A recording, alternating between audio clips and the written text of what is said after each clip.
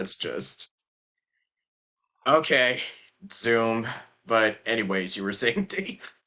I was just, oh gee, what was I at that point? Oh, I think you were promoting your Oh, yeah. ask Dave Fennoy anything. Yeah, they all live on my YouTube channel, Dave Fennoy voiceover training, so you can get them anytime, and it's free. And I always suggest to aspiring voice actors, even perspiring voice actors, that you get as much free information as you can before you start paying me or anybody else, so that you begin to get a foundation. You begin to understand the jargon that you're going to hear. So you're only asking one question instead of three or four in the back of your mind when someone starts talking about, well, you want to go from A to B with that one. You want and give that an ABC of takes and that, and maybe you don't quite understand that. Um, but the more you kind of allow yourself to look at things, listen to things, take things in that you don't have to pay money for, the further along you'll be in understanding when you do start paying money for lessons. So get as much as you can for free. Join the voiceover groups. There's a lot of groups on Facebook, um, and kind of sit back and just take it in because it's going to take you a while to jump in, get your footing, and really have a go of it. So take as much in for free before you jump in and start paying money.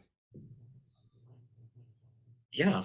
Um, I would recommend also like if you can joining an accountability group, like it also really does help tremendously. Like getting in front of voice actors and telling them, okay, what is something that you want to work on? Is there a specific goal? Um, just having a group of voice actors and talking with them about what is it that you're struggling with or what is something that you'd like to get done. Stuff like that can really also help you, with your mindset, and it can help you put you more into focus, and so you can know, okay, this day I can do this, and your to-do list, it really does help tremendously, like I I'm said. going to say, Robert, you're bringing up a really good point. When I first came to LA, hey, back in 1990, Oh my and started doing gosh. voiceover work, um, I got into a voiceover workout group. There's 6 or 7 of us. We would meet every couple of weeks at somebody's house and read, copy, and critique one another. Now, that was to help us get better as voice actors. What happened that I didn't foresee was in that first 15, 20 minutes before we got started, when we're just, snacking on the cookies that whoever the host was or drinking coffee or whatever it was, people began to talk about the things that are going on in their voiceover careers or their lives. Oh, gee, I haven't booked anything in 6 months. I'm afraid my agent is going to, I really need to get this demo done and I'm not sure what I should put on it, blah, blah. Whatever it was, you had somebody going through the same thing that you were going through that understood. Sometimes your mama, your daddy, your girlfriend, your boyfriend, your husband, your wife, um, they're not doing this. They don't understand what this journey is like and the psychological repercussions that you can have. Sometimes you just need somebody that's in it with you, that feels what you're going through, that can appreciate, hey, yeah, you just booked that thing, great, let me give you a hug, fantastic. Where your parent, oh, yeah, you booked that, it's wonderful. They might feel good, but they don't know. So get in the community, talk with one another, support each other. We all need to have somebody that we can uh, celebrate with when we're doing well and commiserate with when we're not. Oh, definitely. And like you said, there's also a lot of classes that you can do online. There's a lot of great resources. Like here's Dave again, like watch his I, Ask I, series I was going to and say, and be careful of who you spend yeah, your money with.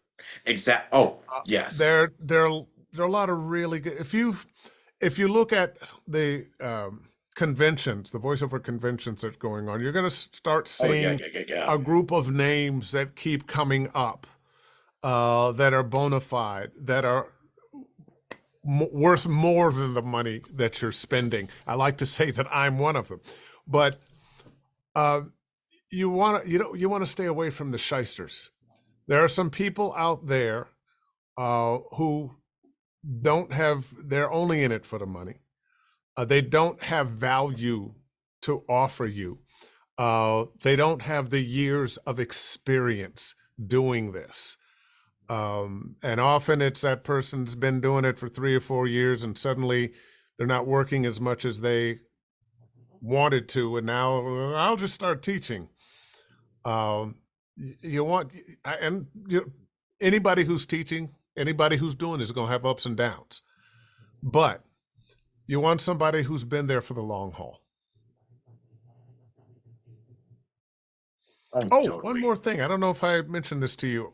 I did mention it. I mentioned it earlier. I'm receiving a legacy award for my work in voiceover since 1990, and it's the gray hair that didn't remember that I told you that. Oh, no worries. It's all good. Um, but yeah, on the topic of voiceover conventions, like I know there's a couple coming up. Like there's so many great resources. Like Well, particular. that's voiceover is coming up here in Los Angeles in the Sovas Oh Award. yes, yeah. We just missed Mavo, or Mavo, the Mid Atlantic Voiceover Conference, just outside DC. Uh, Coming up in March will be VO Atlanta, which is also one of the big and very good ones. Oh yes. Uh, um, so they're out there, and even if you're not having a big career yet, um, people are your best resources, and the people that you want to meet and talk to will be there. And if you do go, make sure that you're not just collecting cards, or you're not just giving your card to people to get in touch with you to help you out. If this is somebody you want to get in touch, get their card and make sure you get in touch with them. I can't tell you how many times I'm at convention. Oh, can I give you my card? Sure, you can give me your card, but I come back with 50, 60 cards. You don't remember all who these people were, what the conversation. If there's somebody you want to talk to, don't just give them your card. Chances are they're not going to get in touch with you. Get their card so you can get in touch with them. Yeah. I know that we're kind of running out of time, but I just wanted to touch on one last thing. So when you're coaching with students, like what is something that you really enjoyed the most out of coaching a new generation of actors, and what are the biggest number one like mistakes that you often coach actors what not to do, and what do students want to know from you before they sign up for if they wanted to get coaching with Mr. Dave Fennoy. I'm just gonna keep saying Mr. Well, Dave I Fennoy. work from beginners to pros. One of the things I'm going to say is you want to be believed. Who we want to listen to as a society now in commercials and narration um, is not somebody with a professional voice that has this read. No, we want to hear from somebody that we believe, somebody that we have a feeling we know. We get a sense of who they are. They and any kind of voice works. It can be quirky, it can be low, it can be deep and melodious, it can be squeaky. It that doesn't matter. What really matters is the truth of the person speaking. That we feel a connection to that person. This feel like we know this person. We feel like, oh, this is truth coming from this person. The question I always ask my students to ask themselves after doing a read is not, does it sound good, but do you believe it? Do you believe yourself as this character who's selling this product, as this character within the commercial, the dad, the mom, the kid, the college student, the friend, whatever it is? Uh, are you actually interested in that thing that you're narrating? Are they going to get a sense that you actually are interested, and and you're telling the truth of it. Um, I say often that voiceover is translating the written word into the spoken word because they're different. There's that thing, a lot of people early in their career have been told, that's a reedy read. It sounds like you are reading. And if you are reading each and every word and you're trying to make it have a song so it seems like it has some kind of feeling to it, that's not voiceover. That's truthful and honest with you and this message that you're trying to give. So forget the sing song, forget about worrying about your voice. And what you want to do is tell the truth of these words you're saying, make them your own. Some of the technical things that get there, read the phrases, not the words.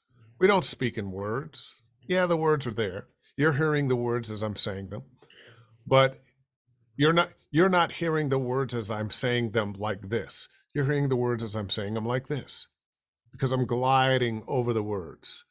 And all too often when we're reading, we are reading these words one at a time. Read the phrases, not the words. Read something over in your head 3 times, then mouth it 3 times before you go for a performance. That way, what you're reading is kind of semi memorized. You have familiarity with it. You've been able to go over in your mind what it is you're actually saying. Um, you got to be prepared. You can be a great sight reader, and still, that's not enough. Yeah, definitely. Um, yeah, I don't think there's really much I can add to that, but yeah, like definitely training, um, and also the commitment, the perseverance, because this is I mean, it's not really an easy industry to break into. Like, it can be pretty tough, but the the our the big our open the yeah, big open door right now is audiobooks. yeah, A lot of work, yeah. I mean, it's I'm it's running like. the marathon. I mean, like, I'm just still learning about audiobooks, and especially as I recorded for maybe one or two here and there, and it's like, yeah, no, the editing is like, I mean, it pays a lot of money, but good luck with the editing. That's all I'm gonna say. There you Oh go. man, yeah. Oh boy. But anyways, I think we kind of touched on everything. So, any closing thoughts? Hey, well, just thank you for having me. This has been enjoyable. Get a chance to talk about whatever's on my mind. And once again, DaveFennoy.com. If anybody's trying to get in touch with me, ask Dave Fennoy anything Wednesday night, 6 p.m. Pacific. And for those of you who are knocking on the voiceover door, here's to it opening wide and you going into a big voiceover room and a big voiceover career. Totally. And I know that you've had a radio background, but would you like to do like a closing like outro for the podcast? Okay. What's the podcast called? It's not just Robert Jackson. No, it's the Station Square podcast. Hey, this is Dave Fennoy, and you've been listening to the Station Square Podcast. See ya. With the Robert Jackson. Boom! One take. Let's go. So, um, yeah, thank you so much, Dave. And yeah, honestly, I hope everybody has a lovely Thanksgiving and congrats to oh yeah, by the way, congrats to everybody who's been nominated for outstanding voiceover performance in an animated program, including Bob Bergen. Love you, man. And yeah, thank you Bobby! so much. Yes, Good friend of mine. Bob. Yay, we love Bob. He's awesome. But anyways, happy holidays and happy holidays to you too, Dave. And stay tuned for more episodes of Station Square and keep on fighting and support actors and artists everywhere. No AI, Station no robot. Square, be there. Bingo. And with that, adios, amigos, and I bid you adieu. Peace.